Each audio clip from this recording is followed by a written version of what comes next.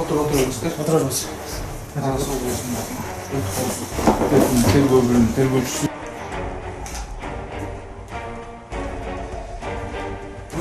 Каяктан акча келди, эмне максат менен келди? Жооп берип койсоңуз Алтынчов. Нема керек? Болгондо эле бакай кылган элечи, сүйлөшкөн элечи. Сейчас беременный партиясын санап.